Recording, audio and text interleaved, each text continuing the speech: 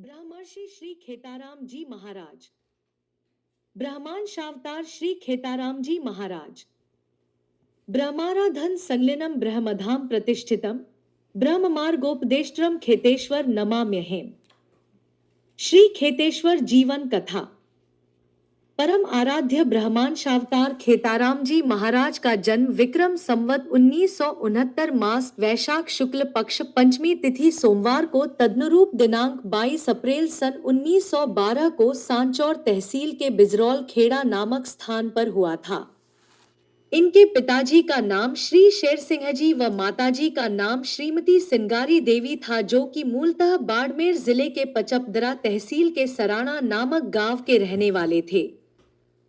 सराणा राजपुरोहित बाहुल्य गांव है, जहां उदालक ऋषि कुल उदेश गोत्र के श्री शेर सिंह जी सराणा में ही निवास करते थे।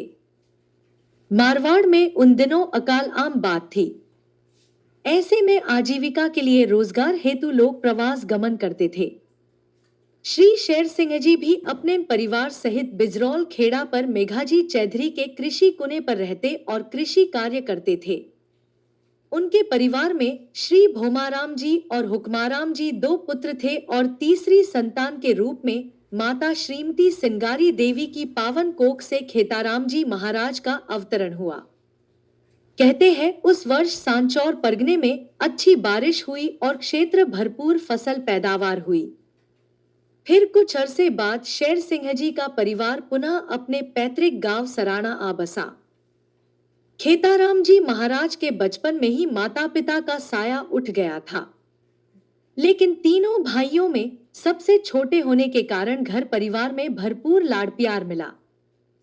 जा पर कृपा राम की हुई, ता पर कृपा करहिं सब कोई। बालक खेताराम जी को बचपन से ही भजन कीर्तन भक्तिभाव में पूर्ण रुचि एवं आस्था थी।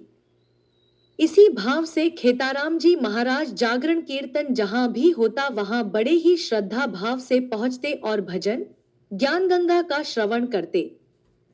एक दिन किसी चौधरी बंधु के निवास पर जागरण चल रहा था, जहां एक पूज्य मलंग शाह सानी जी, जो कि सानी जी की बेरी गांव कुशीप सरहद नामक स्थान से पधारे हुए थे, एवं बालक खेताराम जी भी उसी जागरण में उपस्थित थे।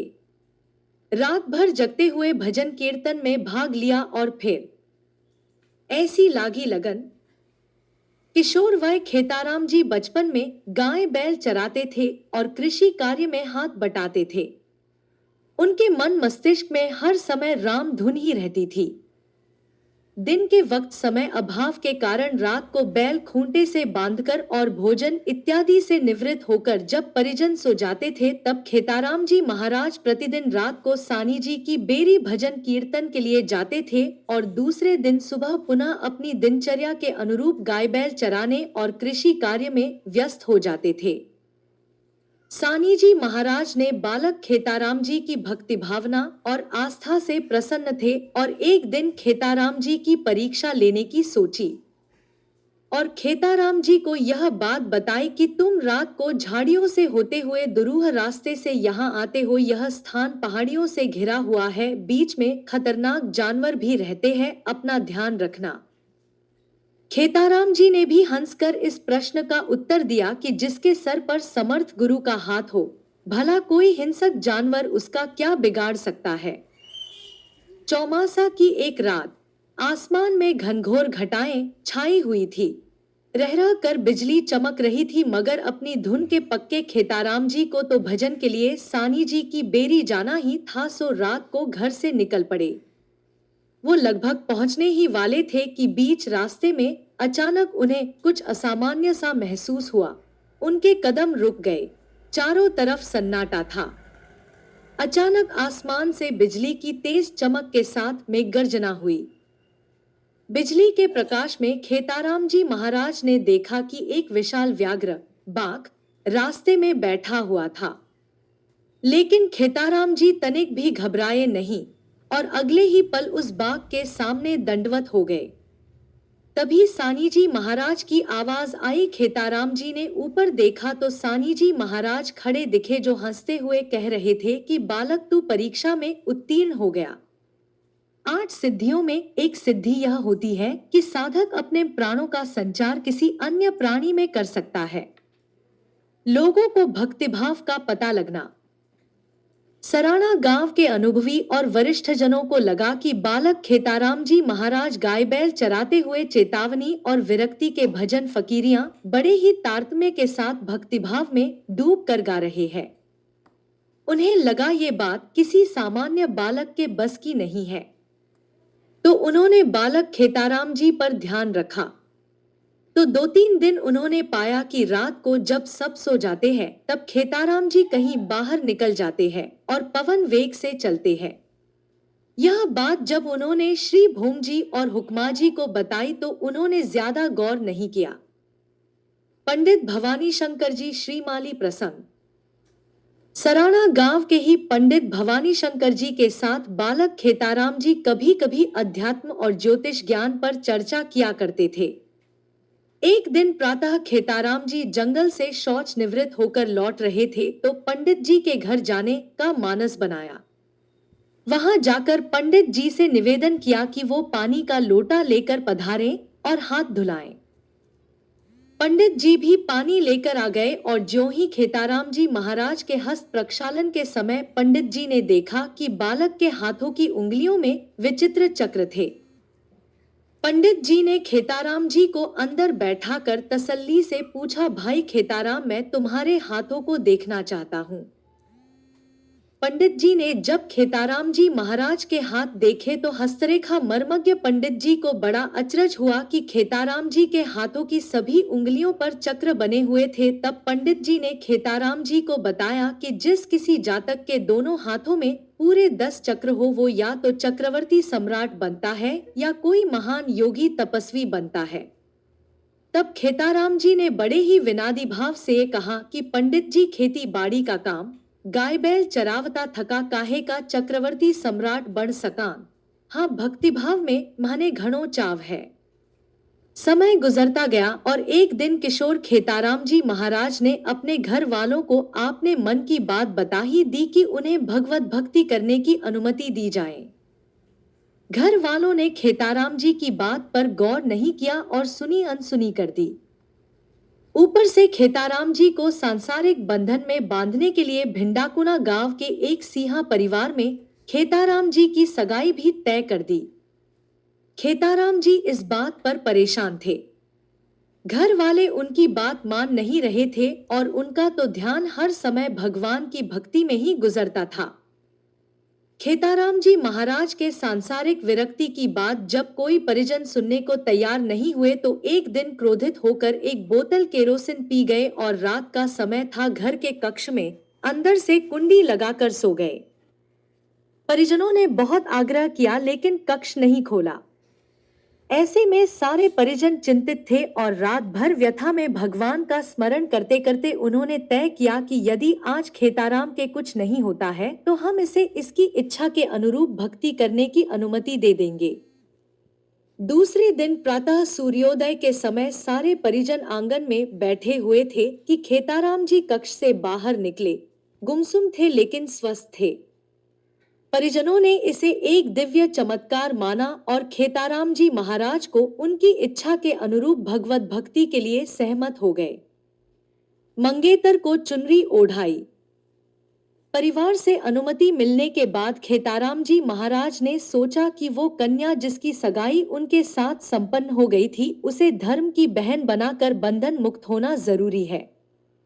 तब कहते हैं कि खेताराम जी महाराज ने मणिहारी का सामान बेचने के बहाने उस गांव जाने का एक रास्ता खोजा और एक दिन यकायक वो घड़ी आ ही गई जिसका उन्हें इंतजार था। वो कन्या जिसकी उनके साथ सगाई की हुई थी वो पनघट से पानी की मटकी लेकर आती दिखाई दी। खेताराम जी महाराज ने अपने पास उसके निमित्त लाई हुई चुनरी बाहर निकाली और भिंडाकुना गांव के आम चहटे पर उस कन्या के सर पर हाथ रखते हुए उसे चुनरी ओढ़ाकर बहन शब्द से संबोधित किया। यह बात पूरे गांव में और कुछ ही दिनों में पूरे क्षेत्र में चर्चा का विषय बन गई, क्योंकि उससे पहले ऐसा कहीं हुआ नहीं था। पर जो होने को मंजूर हो उसे कौन टाल सकता है। समर्थ गुरु गुणेशानंद जी का सानिध्य।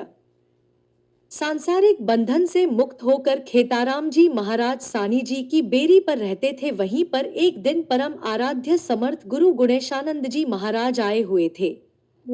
बालक खेताराम जी महाराज की भक्ति भावना से प्रेरित होकर पूज्य गुणेशानंद जी ने फरमाया कि खेताराम, अब तुम्हें किसी को अपना गुरु बना लेना चाहिए। तभी सानी जी महाराज बोल पड़े कि गुणेशानंद जी महाराज, आपसे बढ़कर योग्य गुरु खेताराम को कहाँ मिलेंगे, इसलिए आप ही इन्हें अपने शिष्य के रूप में स्वीकार करें महाराज। तब कहते हैं, गुरु गुणेशानंद जी महाराज ने ही खेताराम जी महाराज को दिल्ली में यमुना के किनारे ऋषि कर्म करवाया और शास्त्र सम्मत विधि विधान से एक सन्यासी के रूप में खेताराम जी महाराज को दीक्षित किया। पीपलिया तप साधना। गृहस्थ त्याग कर एक सन्यासी के रूप में भगवत प्राप्ति के लिए तप साधना हेतु सर्वप्रथम पूज्य खेताराम जी महाराज ने सानी जी की बेरी के पास आसोतरा गांव की सरहद स्थित पीपलिया नामक स्थान को चुना और वहां 12 वर्षों तक कठोर तपस्या की। जहां आसपास के क्षेत्र के 36 कौम के लोग आते, भजन कीर्तन होता और रात के समय जैसा कि सानी जी की बेरी और पीपलिया के बीच स्थित पर्वत श्रृंखला में व्याघ्र चीते दहाड़ते थे, लेकिन भगवत भक्ति में लीन पूज्य खेताराम जी महाराज अविचल तपस्या करते रहे। निकटवर्ती बम्बरा के पहाड़ों में मां जगदम्बा का एक मंदिर है, जहां पूजा अर्चना के लिए जाते। पाती प्रवास।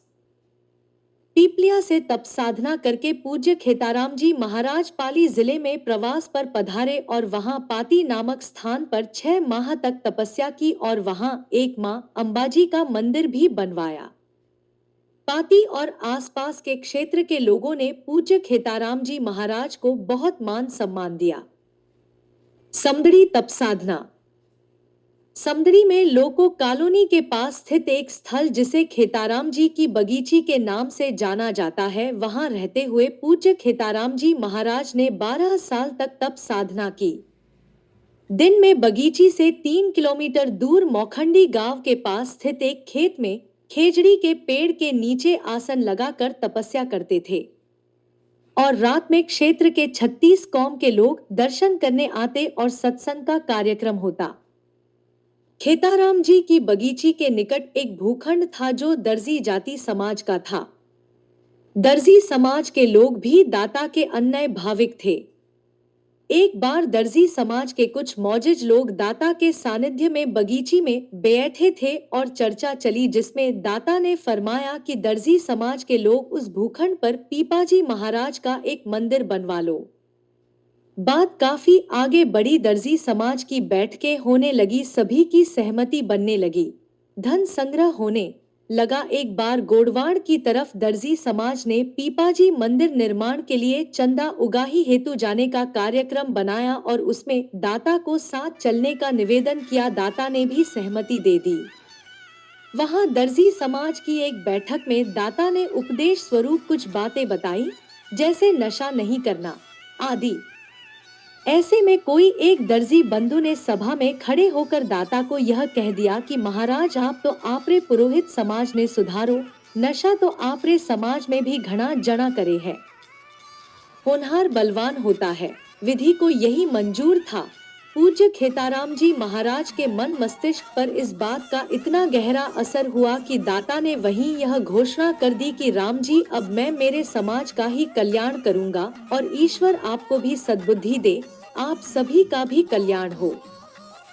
कहते हैं कि उस दिन से ही खेतेश्वर दाता ने संपूर्ण तप साधना पुरोहित कुल के उद्धार के लिए समर्पित कर दी। गढ़ सिवाना एवं मूठली तालाब पर तप साधना। समदड़ी के बाद खेताराम जी महाराज ने गढ़ सिवाना स्थित प्राचीन रामदेव मंदिर में 6 माह तक तपस्या की। तत्पश्चात 6 माह तक मूठली गांव के तालाब पर तप साधना की, जहां पर कुछ वनवासी नवरात्र के मौके पर देवी के स्थल पर एक दिन एक बकरे की बलि देने जा रहे थे। दाता को यह भनक लगी तो उन्होंने उन वनवासियों को समझाया कि देवता तो जीवन देते हैं, वो किसी का जीवन लेते नहीं है, इसलिए इस मूक प्राणी को छोड़ दीजिए, नहीं तो यह प्रारब्ध के कर्माएं के अनुसार अगले जन्म तुमसे बदला लेगा। कहते हैं वनवासियों ने तब से पशु बलि देना बंद कर दिया। आसोत्रा की धन्यधरा पर दाता का पदार्पण। मूठली तालाब पर साधना उपरांत पूज्य खेताराम जी महाराज आगे बढ़े। जहां वर्तमान ब्रह्मधाम है वहां एक मठ हुआ करती थी जहां विरदाराम जी महंत जी रहते थे। वहीं खेताराम जी महाराज ने भगवत भक्ति शुरू की। पूज्य दाता को इस स्थान पर विशेष दिव्य अनुभूति हुई होगी, जिसके कारण आज यह स्थान देश और दुनिया के लिए राजपुरोहित समाज का राजधानी केंद्र और ब्रह्मधाम के रूप में प्रतिष्ठित है। दाता श्री राजपुरोहित समाज को संगठित करना चाहते थे। इस दृष्टि से आसोत्रा स्थित यह स्थान राजस्थान के राजपुरोहित बाहुल्य जिलों के लगभग मध्य में स्थित होना भी एक कारण रहा होगा, जिससे इसी स्थान का चयन किया गया। आसोत्रा स्थित यह स्थान लंबे समय तक खेताराम जी की प्याऊ के नाम से जाना जाता था। दाता ने यहाँ पदार्पण कर सर्वप्रथम एक रामदेव जी का मंदिर बनवाया और कुआं खुदवाया। फिर ब्रह्मा जी का एक भव्य मंदिर बनवाने की कल्पना की और उस पर खर्च होने वाला एक एक रुपया केवल राजपुरोहित समाज से ही लेने का निर्णय किया, जिसके लिए घर घर जाकर चंदा वसूली की। और दाता की तपस्या का चमत्कार यह रहा कि उन्होंने इतना स्पष्ट कह दिया था कि राम जी घणो चाहिए तो घणो दो, अर्थात हर परिवार से उनके सामर्थ्य से भी बढ़कर चंदा देने का आग्रह किया गया। विक्रम संवत 2018 मास वैशाख शुक्ल पक्ष पंचमी तिथि गुरुवार को तदनुरूप दिनांक 20 अप्रैल सन 1961 को ब्रह्मधाम का शिलान्यास पूज्य दाता के कर कमलों द्वारा संपन्न हुआ। मंदिर निर्माण के लिए दाता श्री मुकुंद घोड़े पर सवार होकर गांव-गांव और सुदूर प्रवास भ्रमण करते रहे। पैसों के आयव्यय का हिसाब किताब गुड़ानाल के श्री पद्माराम जी सोडा देखते थे। वो सवैतनिक सेवाएं देते थे। प्रवास के बाद पूज्य दाता श्री जब भी धाम लौटते थे तो अपनी झोली से सारी रकम निकालकर पद्माराम जी को दे देते थे, जो रिकॉर्ड में जमा कर देनदारियां चुकाते थे। एक दिन पद्माराम जी किसी विचित्र अनुभव से गुजरे। हुआ यूं कि एक ट्रक वाला जो चीने लेकर आया था उसे जल्दी निकलना था। उसके लगभग 10,000 रुपए हिसाब के निकलते थे। उसने पद्माराम जी से आग्रह किया कि उसे उसका भुगतान जल्दी किया जाए, तो वो जरूरी कार्य से लौटना चाहता है। जबकि दाताश्री विश्राम कर रहे थे। पद्माराम जी दाताश्री की झोली से स्वयं कभी पैसे नहीं निकालते थे, तो उनके विश्राम से उठने तक ड्राइवर को रुकने का कहा। आखिर ड्राइवर के अति आग्रह पर वे उसकी विवशता पर तरस खाकर पद्माराम जी उठे और दाताश्री की झोली से 10,000 रुपए निकालने के लिए ज्यों ही हाथ डाला तो पाया कि झोली में पैसे नहीं थे। मजबूरन ड्राइवर को इंतजार करना ही पड़ा। कुछ देर बाद जब दाताश्री विश्राम बाद लौटे तो ड्राइवर को देखते ही पद्माराम जी से बोले, राम जी इन्ने पैसा परा देता पद्मा जी। अब पद्माराम जी के पास कोई जवाब नहीं था। दाताश्री ने पद्माराम जी को झोली जो दीवार के लटक रही थी उसे लाने का इशारा किया। पद्माराम जी ने संशय पूर्वक झोली लाकर दी। और ये क्या? ज्यों ही दाताश्री ने झोली में हाथ डाला और 10,000 की गड्डी उनके हाथ में आई, जिसे उस ड्राइवर को भुगतान करने का आदेश दिया। कहते हैं उस दिन के बाद पद्माराम जी ने जो सवैतनिक सेवाएं दे रहे थे वेतन लेना बंद कर दिया और निःशुल्क सेवाएं ही देते रहे। योग सिद्धि से परिपूर्ण रेलगाड़ी का प्रसंग। एक बार दाताश्री जोधपुर पधार रहे थे। वो समदड़ी से रेलगाड़ी में सवार हुए ही थे कि टीटी आया, तो दाताश्री ने टीटी से आग्रह किया कि धुंदाड़ा से कोई एक भाविक उनके साथ जोधपुर के लिए गाड़ी में चढ़ेगा। अगर वो थोड़ा लेट हो जाए तो गाड़ी रोक रखना। उस पर टीटी ने आवेश में आकर कहा, महाराज ये कोई बैलगाड़ी या टेम्पो थोड़े ही है जो किसी सवारी के लिए रोक कर रखें। ये तो रेलगाड़ी है जो अपने निर्धारित समय से चलती है। इस पर दाताश्री को गुस्सा आ गया और वो धुंदाड़ा रेलवे स्टेशन पर ही उतरकर बेंच पर विराजमान हो गए। दाताश्री को बेंच पर बैठा देख कई भक्तजन उनके पास इकट्ठा हो गए। इधर रेलगाड़ी के रवाना होने का समय हो गया था, मगर देखा तो इंजन हाँफ गया था। इंजीनियर ने जोधपुर से दूसरा इंजन मंगवाने का निवेदन किया। स्टेशन मास्टर परेशान था। वो दूसरे इंजन के लिए फोन करने ही वाला था कि टीटी आया और स्टेशन मास्टर से निवेदन किया कि कोई संत महाराज है जो मेरी किसी बात पर नाराज हो गए हैं, अगर उन्हें राजी कर दिया जाए तो गाड़ी का इंजन ठीक हो जाएगा और दूसरा मंगवाने की जरूरत नहीं पड़ेगी। स्टेशन मास्टर जी कुछ उहापों में रहे, आखिर उन्होंने महाराज जी के पास जाकर क्षमा याचना करने पर राजी हो गए।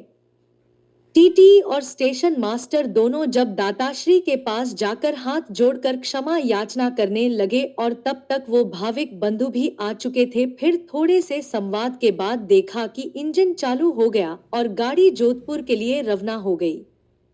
उस घटना के बाद जो टीटी आजीवन खेताराम जी महाराज का भाविक बना रहा। शबरी स्वरूपा मिंथी बाई को आश्रय। यह मातृशक्ति भील जाति से थी जिसके गृहस्थ जीवन में कोई विवाद चल रहा था तो पीहर आकर बस गई। पीहर पक्ष कहीं अन्यत्र गृहस्थी बसाना चाहते थे, लेकिन मेंथीबाई ने स्पष्ट मना कर दिया और बोला कि मैं तो भगवान की भक्ति करूंगी और यही मेरा अंतिम निर्णय है। फिर उसे जब भी पता चलता कि आज खेताराम जी महाराज अमुक जगह पधारे हुए हैं तो वो वहां पहुंच जाती और दाता के दर्शन करती।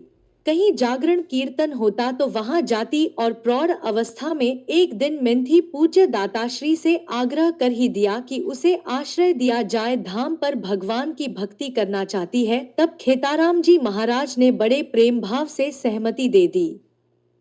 मेंथीबाई आश्रम परिसर और घुड़साल बुहारती सफेद वस्त्र धारण किए रहती, हर किसी से हाथ जोड़कर बड़े ही प्रेम भाव से मिलती और अंत तक ईश भक्ति करते करते इस दुनिया से विदा हो गई। धाम परिसर में उसका स्मारक बना हुआ है। ब्रह्म सरोवर की खुदाई। ब्रह्मधाम के पास एक सरोवर हो जैसी संरचना साक्षात पुष्करराज में है। इसी भाव से पूज्य खेताराम जी महाराज ने एक बड़ा सरोवर बनाने का निर्णय किया। जहां आज सरोवर स्थित है वहां की खुदाई दाताश्री ने बड़े ही मनोयोग से करवाई। दाताश्री दिन में वहीं खेजड़ी के पेड़ के नीचे बिराजे रहते। जब काफी भक्तजन दर्शनार्थ इकट्ठा हो जाते तो दाताश्री स्वयं उठकर सरोवर खुदाई में लग जाते। ऐसे में उपस्थित भक्तजन दाता के हाथों से तगारी और फावड़ा ले लेते और वो स्वयं ही खुदाई में कुछ देर योगदान देते। सरोवर में पानी की आवक के लिए लगभग 1 किलोमीटर तक एक नहर का भी निर्माण करवाया गया। कहा जाता है कि ब्रह्मा जी के लिए आदमकद मूर्ति निर्माण के लिए दाताश्री स्वयं जयपुर पधारे थे और जिस सोमपुरा बंधु को मूर्ति निर्माण का काम दिया था उसने काम शुरू किया, लेकिन मूर्ति खंडित हो गई। तब उसने दूसरी बार शिलाखंड लेकर काम शुरू किया, लेकिन विधि का विधान उसके साथ भी वही हुआ। तब उसने दाताश्री को समाचार भिजवाया कि मूर्ति खंडित हो रही है। तब दाताश्री ने दिव्य दृष्टि से मां सावित्री जी को मनाया, क्योंकि ब्रह्मा जी स्वयं सावित्री के अभिशाप से शापित थे। क्योंकि पुष्कर में ब्रह्मा जी ने 12वें कल्प की रचना के समय जो घटना घटी थी उसके रहते कलयुग में ब्रह्मा जी की पूजा नहीं होगी, यह बात सावित्री के अभिशाप में थी। खेताराम जी महाराज ने अपने दिव्य योग से मां सावित्री जी को शाप किया और आदेश भिजवाया कि मकराना के पत्थर से पुनः मूर्तित्राश का कार्य शुरू किया जाए। सोमपुरा बंधु ने दाता के आदेश का पालन किया और ब्रह्मा जी व सावित्री जी की मूर्ति के निर्माण का कार्य संपन्न किया। निकटवर्ती गांव इंद्राणा में श्रीमती लहरो देवी धर्म पत्नी श्री प्रताप जी पांचलोड की कोख से अवतरित दिव्य तरुण भगवत भक्ति की इच्छा से दाताश्री की शरण में पधारे। उन्होंने अपना नाम तुलछाराम बताया और परिचय दिया। फिर भक्ति मार्ग अपनाने की इच्छा जताई। दाताश्री ने उस तरुण की इच्छा शक्ति को जाना और घर से आज्ञा लेकर संन्यास धारण करने की आज्ञा दी। तब तुलछाराम जी घर जाकर अपने माता पिता को चारधाम की यात्रा करवाई और दाताश्री की आज्ञा के अनुसार घर से अनुमति लेकर धाम पधारे तो दाताश्री ने उन्हें तप साधना के लिए पीपलिया नामक स्थान पर जाने का आदेश दिया। तरुण तपस्वी तुलछाराम जी महाराज ने 12 वर्षों तक पीपलिया नामक स्थान पर मौन तपस्या की। ब्रह्म सरोवर एरियल व्यू करवाया। मंदिर निर्माण कार्य पूर्णता की ओर अग्रसर था। मूर्ति की प्राण प्रतिष्ठा का मुहूर्त निकलवाया गया। तदनुरूप तैयारियां शुरू हो गई। अभी तक पूज्य दाताश्री ने किसी को अपना विधिवत उत्तराधिकारी घोषित नहीं किया था। दाता ने प्रतिष्ठा महोत्सव से कोई 15 दिन पूर्व तुलछाराम जी महाराज, जो कि पीपलिया में साधनारत थे, उन्हें धाम बुलाया गया। फिर दूसरे दिन एक वाहन में बैठकर खेताराम जी महाराज और तुलछाराम जी आसोतरा गांव के ही एक चौधरी बंधु के फार्म पर सुदूर शांत एक पेड़ के नीचे वाहन रोककर ड्राइवर को चले जाने को आदेश दे देते और लगभग 2-3 घंटे तक खेताराम जी महाराज ने तुलछाराम जी को ब्रह्मज्ञान दिया। यह सिलसिला 4-5 दिन तक चला। ओल्ड न्यूज़पेपर प्राण प्रतिष्ठा। ब्रह्माजी का मंदिर पूर्ण रूप से बनकर तैयार था। गर्भगृह में ब्रह्माजी को सावित्री के साथ प्रतिष्ठित करने का मुहूर्त निकाला गया, जो कि विक्रम संवत 2041 मास वैशाख शुक्ल पंचमी तिथि गुरुवार तदनुरूप तारीख 6 मई 1984 को तय किया। जोर शोर से तैयारियां शुरू हुई। देश भर से साधु संतों को बुलावा भेजा गया। गांव गांव आमंत्रण सूचनाएं भेजी गई। धाम पर सुंदर रोशनी, शामियाना जगमगाने लगा। बोलियों के चढ़ावे बोले जाने लगे और आखिर में वो घड़ी आ ही गई जहां पंडितों द्वारा वैदिक मंत्रोच्चारण के बीच निज मंदिर में ब्रह्माजी को सावित्री के साथ प्रतिष्ठित किया। मगर विधि के विधान के अनुरूप साधक पूज्य खेताराम जी महाराज अपने वृद्ध और जर्जर देह से विचलित हो रहे थे कि उपस्थित साधु संतों और दाता के दिव्य तप से मौत को 24 घंटे रोक कर रखा और ब्रह्माजी भगवान को विधिवत प्रतिष्ठित कर उन्हें सावित्री के अभिशाप से मुक्त करवाया। अभी तक पूज्य दाता ने प्रतिष्ठित मूर्ति के दर्शन नहीं किए थे। दूसरे ही दिन लगभग 12 बजे का समय और पूज्य दाताश्री ने सुध लेकर पूछा कि राम जी, ब्रह्माजी ने थापन किया रा? जवाब में हाँ सुनकर एक बार ऐसा लगा जैसे समय का चक्र थम सा गया हो।